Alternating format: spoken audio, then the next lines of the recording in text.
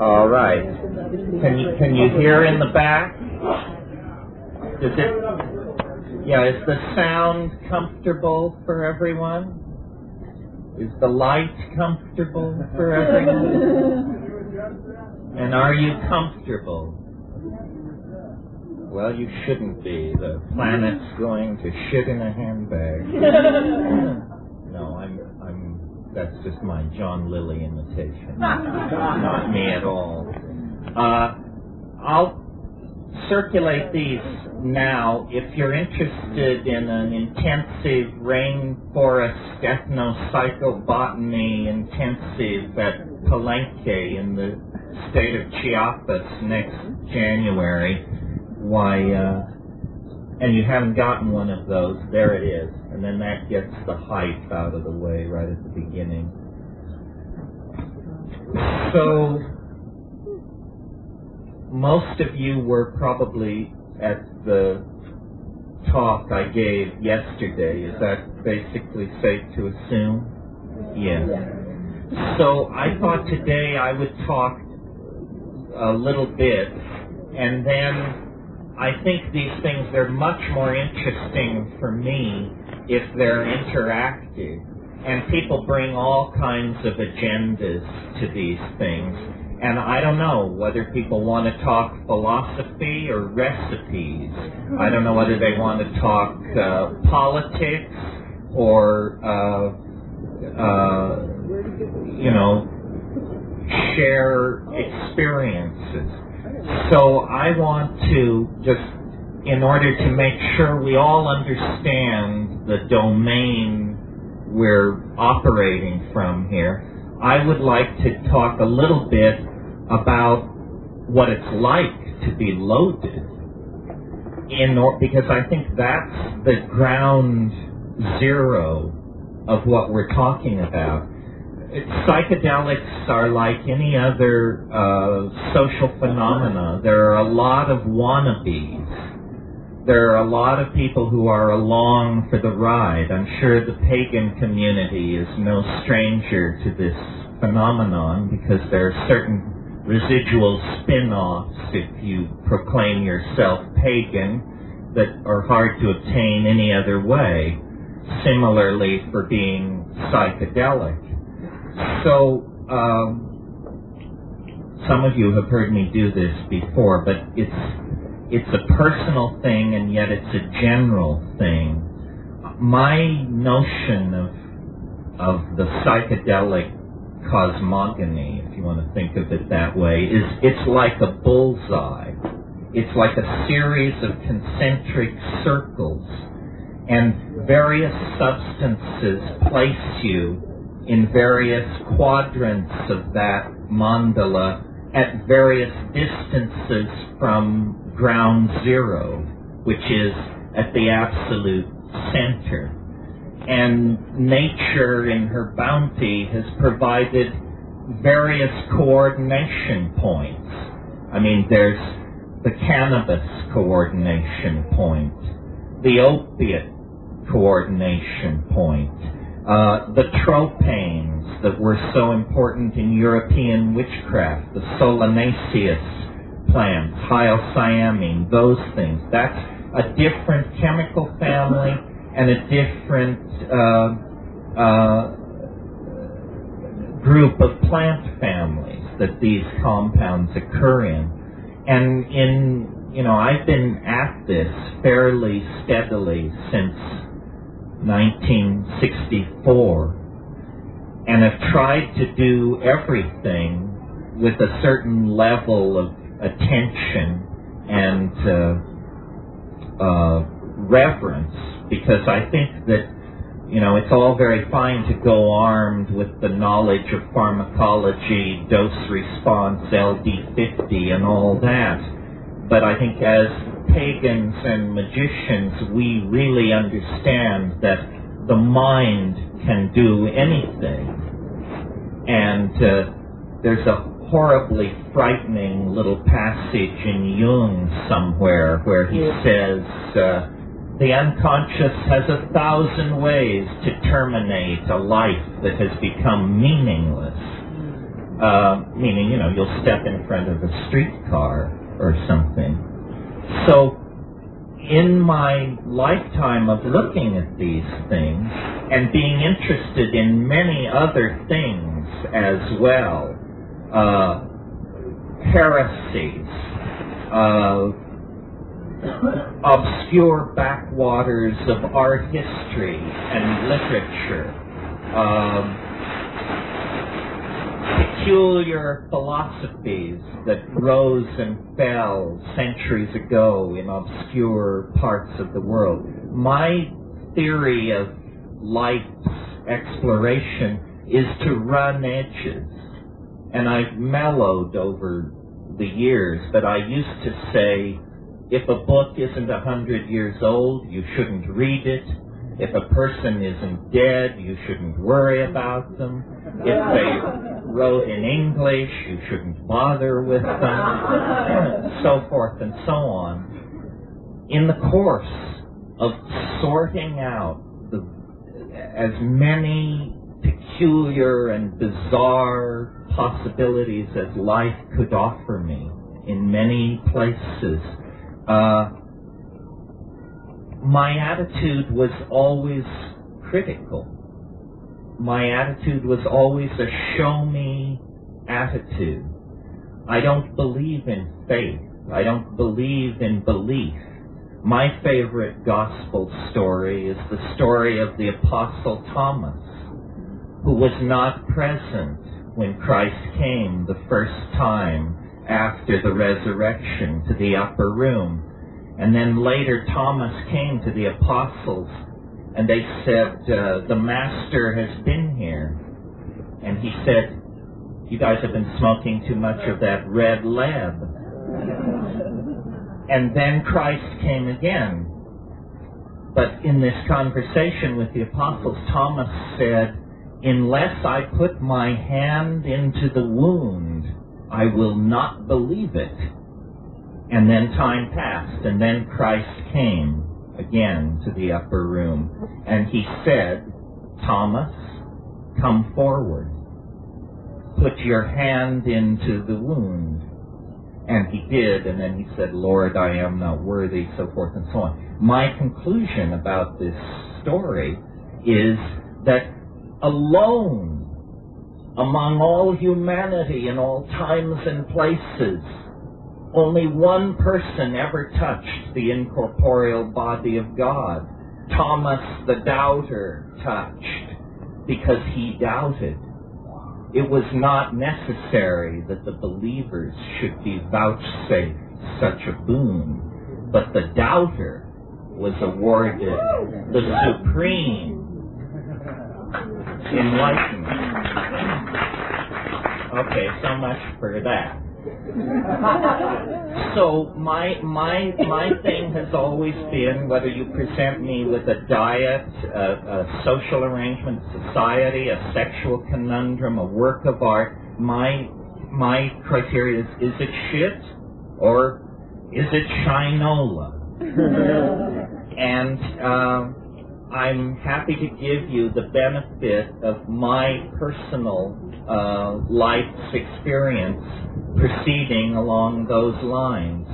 I want to talk about what to my mind is the quintessential hallucinogen and consequently the quintessential spiritual and magical tool of this dimension, and that is DMT, dimethyltryptamine, a compound that occurs in the human nervous system. It occurs in many, many plants. It is the commonest hallucinogen in all of nature. And I don't know how you got to where you are this afternoon, but the way I got here is by testing and by hoping and by pursuing a magical, if that's the word, a miraculous, a transcendental ideal that over the course of life experience strips from you. You know, you have to get a job your first love is not your last love. Slowly this pristine, shining belief in perfectibility is eroded by the slings and arrows of outrageous fortune. You know, the dark oxen that turn the millstones of the world. Ow. But I'm here to tell you that it is real. There is a doorway into another dimension. Aladdin's lamp is real. Fairyland is real. Magic is real in the most real sense. In the same sense that what we call reality is real. And I learned this through this compound. And one of the great puzzles about this compound is why more people don't know about it. No brotherhood initiated me. No lineage reaching back to the fall of Atlantis brought me into its circle. Therefore, I feel completely free to say anything I want. Nobody has ever come to me and said, "You are spilling the beans. You are telling the secret." A long time ago, and we all have different opinions. This is mine. I hope it doesn't offend.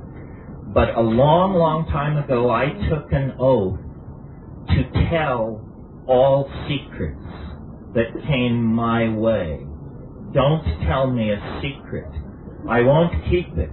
I'm against secrets. I'm against hierarchies, lineages, all assumption of special knowledge on the part of anyone in the presence of anyone else is abhorrent to me. I mean, I am a true anarchist, first and foremost. So, DMT, like all things in this world, has a physical body, a presence and a presentation. In this case, it looks rather like earwax. It is orange. It is crystalline.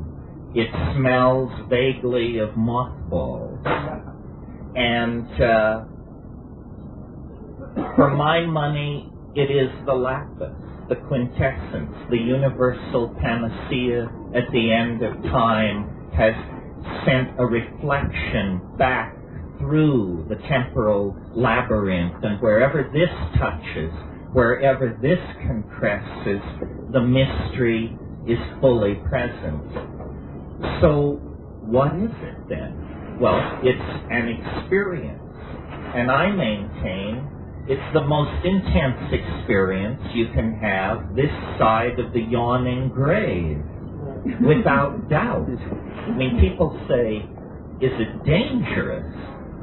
Well, the answer is only if you fear death by astonishment. Yes, that's a joke here. It's not a joke there.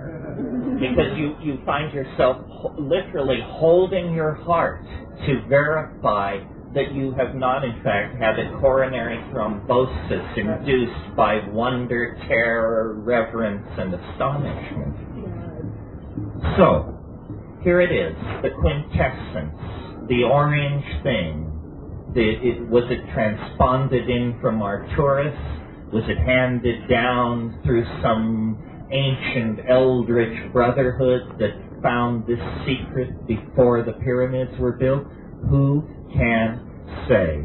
Whatever it is, wherever it comes from, here's what happens when you allow it to pass through the blood-brain barrier of your own alchemical vessel, which is your body. The first thing that happens is that there is a sense as though all the air in the room had been sucked out. All the colors brighten. This is that increase in visual acuity that I made so much of yesterday. All edges become sharp. Distant things stand out in their clarity. This is at one toke. At two tokes, you close your eyes. You feel a sense of anesthesia seeping through your body.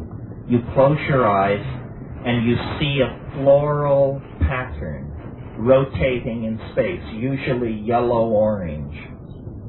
People who do this occasionally, and nobody does it a lot, call it the chrysanthemum. It's a floral pattern, like a pattern in a Chinese brocade.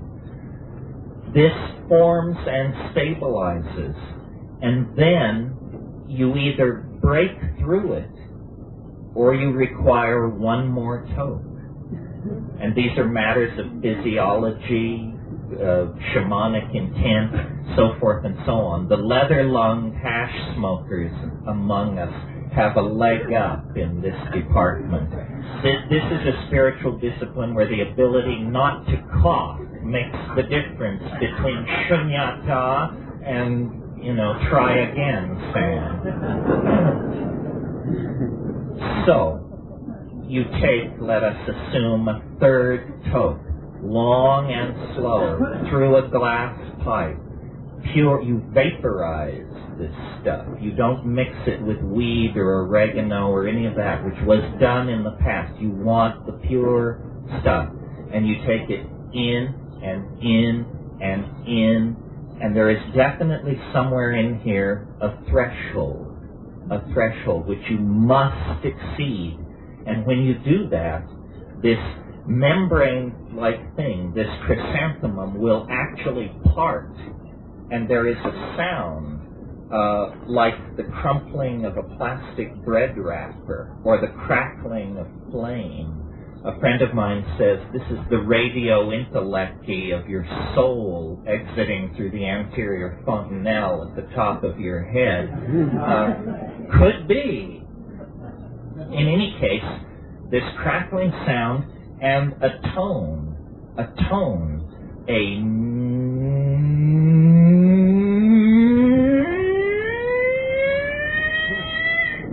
and then there's this impression of transition, and you're now 20 seconds deep into this experience. There's an impression of transition. It's as though there were a series of tunnels or chambers that you are tumbling down, being propelled by some kind of muscle behind you that is pushing you. I mean, yes, birth canal, yes, of course. But anyway, a tunnel. And what I've noticed about this tunnel is the walls and ceiling flux and come down to meet each other, and where they touch, they pull apart with and then you're propelled into the next space, and then the next, and then the next, and there is this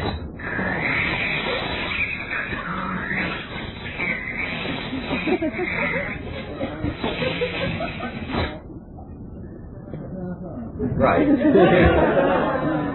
And then you are there. And this is what I want to talk to you about, because of all communities, I hope, perhaps collectively, singly, someone can say something enlightening about this. Then you are there, and where is there? It's underground.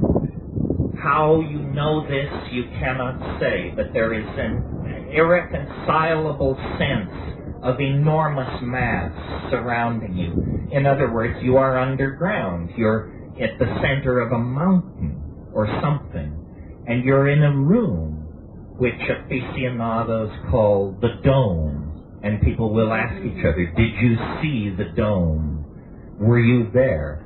It's softly lit, indirectly lit, and the walls, such they be, are crawling with geometric hallucinations, very brightly colored, very iridescent, with deep sheens and very high reflective surfaces. Everything is machine-like and polished and throbbing with energy.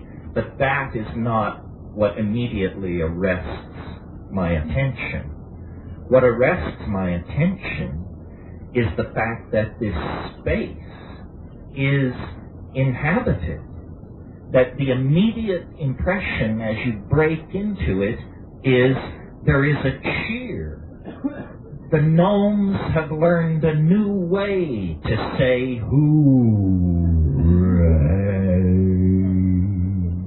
You break in to this space and are immediately swarmed by squeaking, self-transforming elf machines.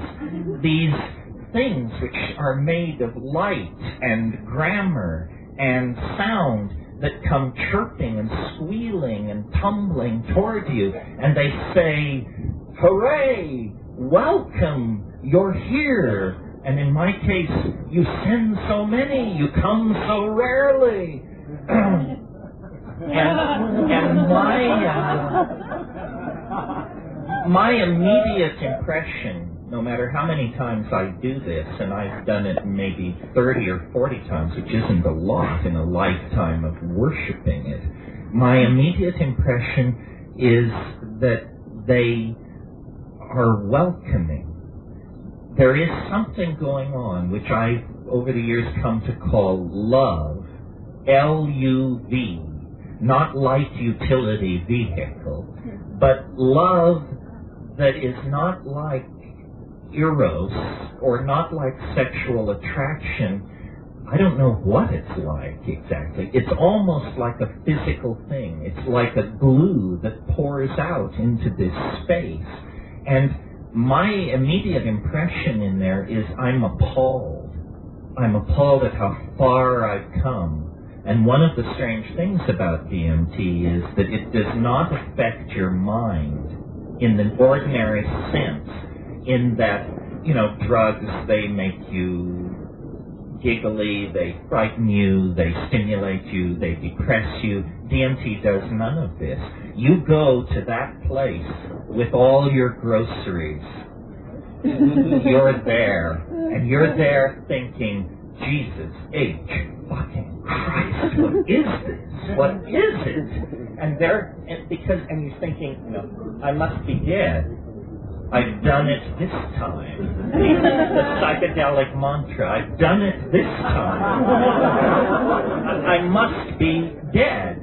And so you think heart, yes, heart, pulse, yes.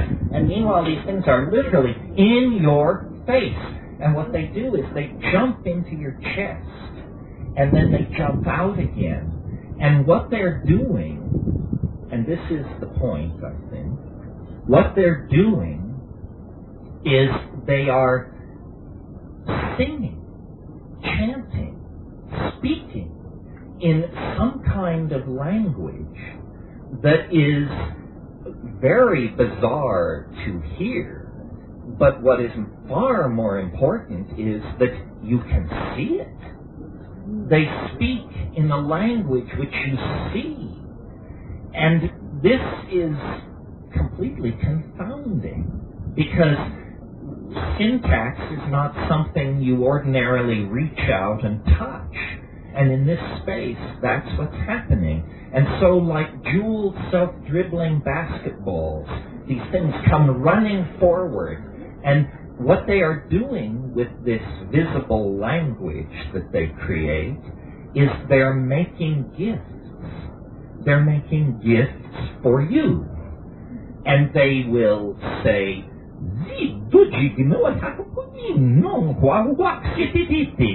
which condenses as something which looks like a cross between a soplit camel, a Havana cigar, a piece of abalone, an opal, and nookie, and they offer it to you. And you're looking at this thing, and as you look at it, it also transforms, changes, speaks, sings, undergoes metastasis, undergoes metamorphosis. And these things are just accumulating. And each elf machine creature elbows others aside, says, look at this, take this, choose me. And as you direct your attention into these things, you have the overwhelming conviction that if you could bring a single one of these objects back to this world, that somehow you wouldn't have to say anything. You would just walk up to people and say, friend? And people say, oh my God! You've got a piece of the action, the real action. So, this state of ecstatic frenzy, and it's like a Bugs Bunny cartoon running backwards in cyberspace or something. This state of incredible frenzy goes on for about 3 minutes, and all the time the elves are saying, don't give way to wonder.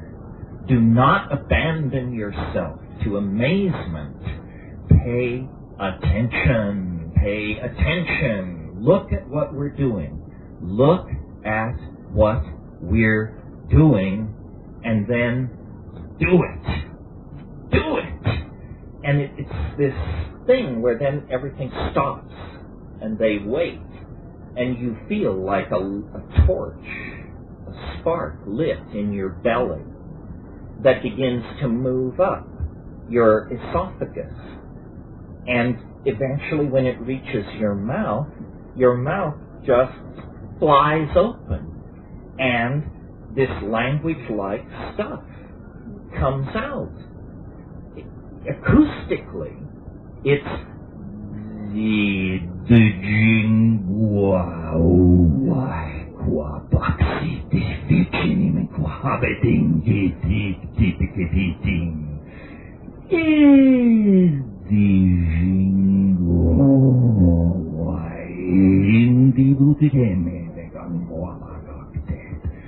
but what you're not hearing it. The startled friends who sent you to this place are putting up with this. What you're experiencing is a visual modality where these tones are surfaces, shading, colors, insets, jewels. You are making something.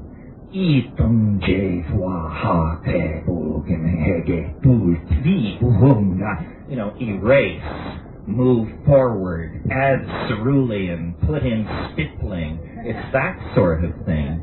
And they go mad with joy when you do this. And then, this goes on for about 30 seconds, and then there is like a ripple through the system, and you realize these two continua are being pulled apart.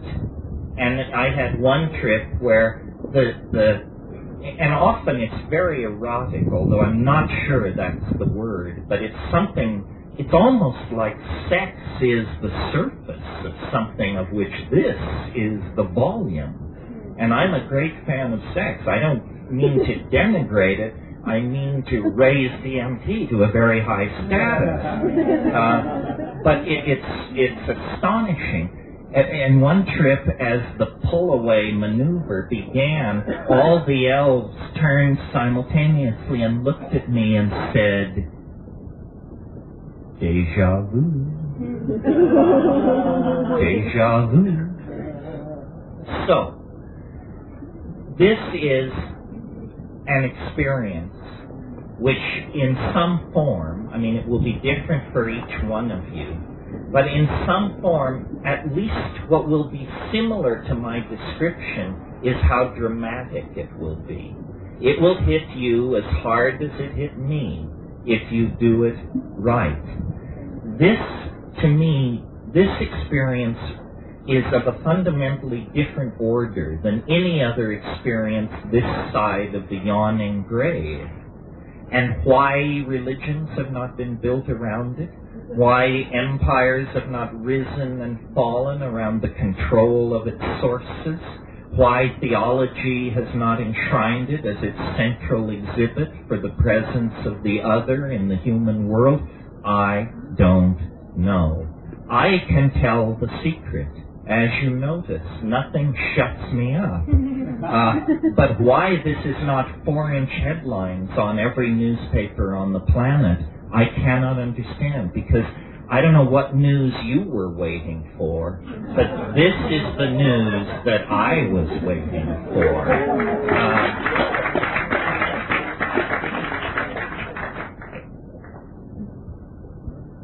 And it's an incredible challenge to human understanding to try and make sense of this. And I started out, reading Jung, doing my Hindu, getting up to speed with all that, studying Zen Buddhism, studying shamanism. The thing that puzzles me about DMT is how little trace there is of it in the human world.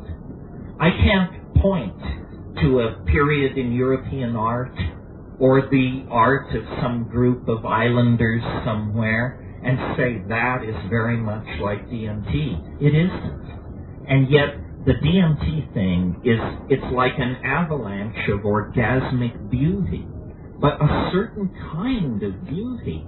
The only words that I can find for the kind of beauty that it is bizarre, alien, outlandish, outre, freaky, and at the very edge of what the human mind seems to be able to hold. Well, where is this coming from? And what is happening? And this is what I like to discuss with people such as yourselves who have wide experience in the world and in the realms of the unseen. This has to be taken seriously. In other words, it's only a hallucination thing. That horseshit is just passé. I mean, reality is only a hallucination, for crying out loud. Haven't you heard?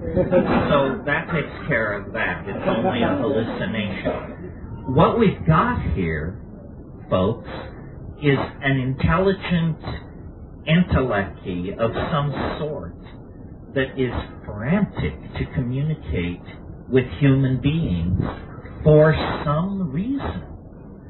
And the possibilities can be logically enumerated.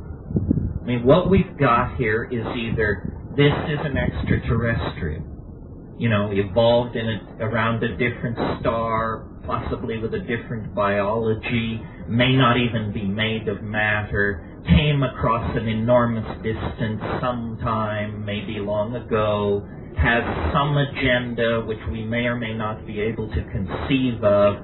This is it, the real thing. As the little girl said in Poltergeist, they're here. So that's one possibility. That's just one possibility.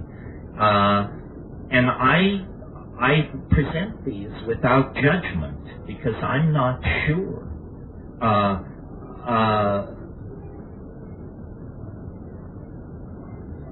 If an extraterrestrial wanted to interact with the human society, and it had ethics that forbade it from landing trillion-ton beryllium ships on the United Nations Plaza, in other words, if it were subtle, I can see hiding yourself inside a shamanic intoxication.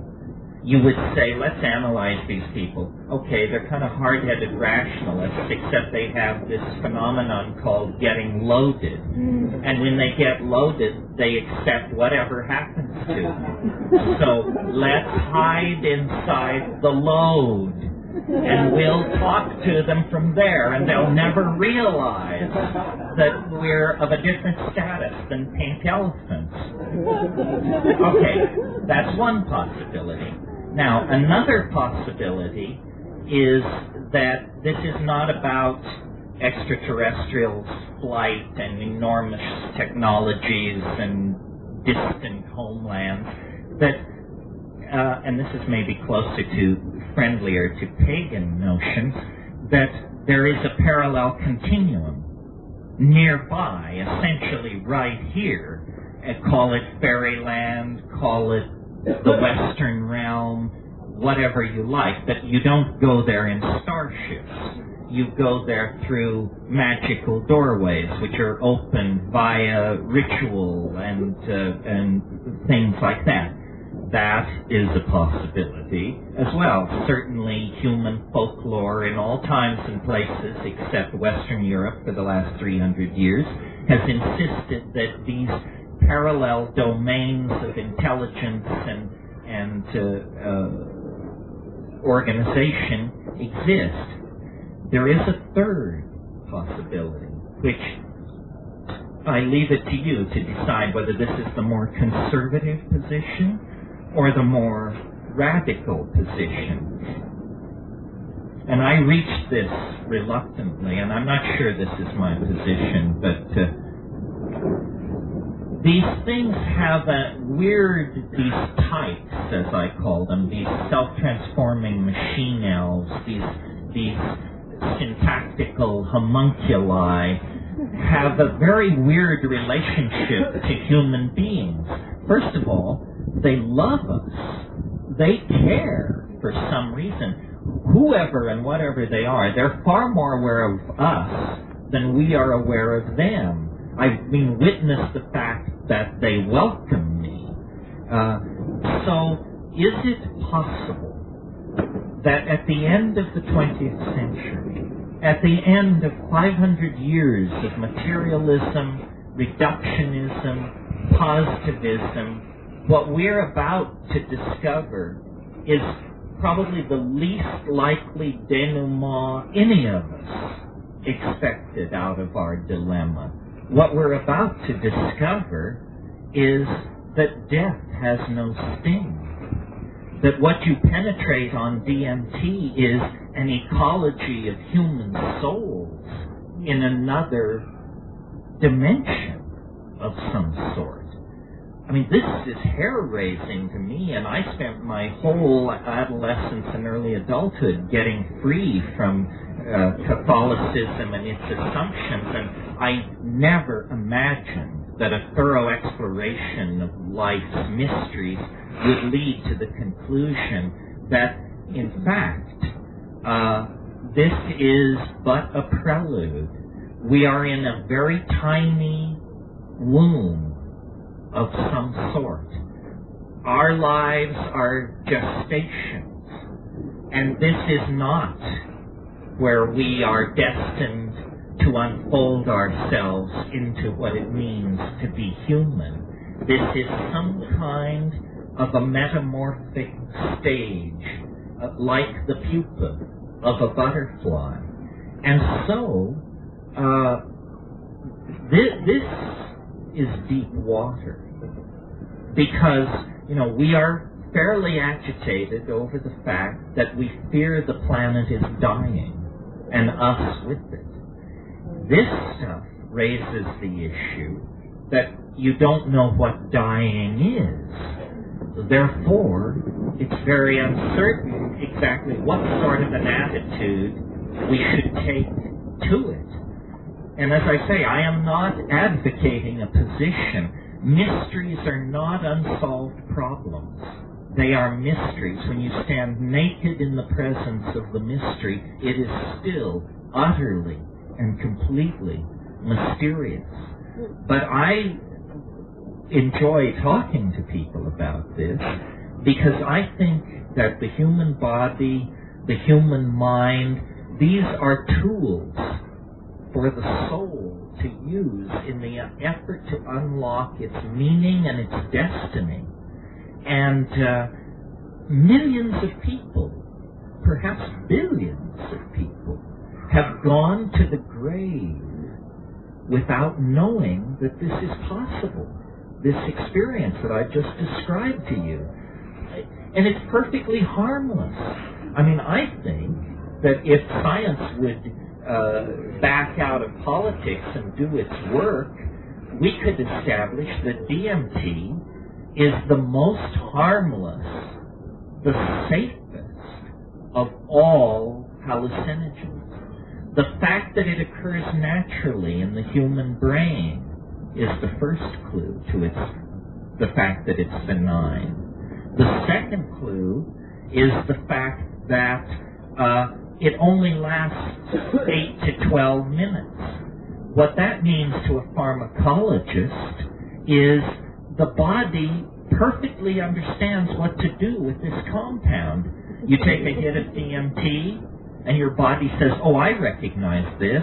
Activate deamination cycle, activate demethylation cycle, activate. It knows what to do. And so within 10 minutes, you're down. A drug that you take, and 48 hours later, you're lying around in warm baths and refusing telephone calls, is a drug you shouldn't have taken. Because it's hitting you too hard. It's not clean, it's not smooth. DMT, the most powerful hallucinogen known to man and science, clears your system in 15 minutes. I mean, you're so down, you don't have a small headache or need to take a nap or anything. You're ready to do phone calls. So how can it be then that a compound which each of us carries right here, right in the pineal gland, right in the Ajna chakra, the Philosopher's Stone is no further away than that? How can this be secret from us? How can we be trapped in a dimension of such limitation and such mundaneness when our own nervous systems and the ecology around us and our own history over the past 500,000 years argues that this is what we were born and bred for? This is where we belong. This is what at play in the fields of the goddess must mean. And somehow history has made us dysfunctional, buried the mystery, made it, if at best, a piece of secret knowledge jealously guarded by somebody. I mean, I don't know. There are lots of mystery cults and secret societies in the world. I don't know if any of them are guarding DMT as a secret. It may be so. No one told me to keep my mouth shut. If a very suggestive short story, I'm sure many of you know and love the Argentine surrealist writer Jorge Luis Borges. Well, Borges has a book, I believe it's called Labyrinth. And in Labyrinth, there is a short story called The Sect of the Phoenix. And it says, there is a sacrament older than mankind. The sectarians have been the victims of every persecution in human history. And the sectarians have been the purveyors of every persecution in history. These sectarians are not identifiable by race or place or language or time. To the adept, the mystery appears ridiculous, yet they do not speak of it. One child can initiate another. It is orange. Ruins are propitious places. Do it in the moonlight, at the thresholds of buildings. And that's all it said. It's a page and a half. And it suggests, and see, here's the thing. I mean, I am not as articulate on this subject as I wish I could be. If this is not the secret that these lineages are guarding, then they're guarding an empty house. This is the secret. It is. It is. It cannot be anything else. It is the Neoplatonic one. It is the transubstantiant object, the panis supersubstantialis of the alchemist. And I'm not saying that people have known about this for a long time. DMT is in many plants, as I've said, but spread very thinly. And we don't have historical records of anyone ever concentrating it. I've done the DMT plant preparations of the Amazon, the snuffs, and the ayahuasca. And on ayahuasca, if it is heavily laced with the DMT-containing plant, after hours of breath work and drumming alone in the jungle, you can begin to open it up to the place that DMT will carry you to in 45 seconds in an Upper East Side apartment, whether you like it or not.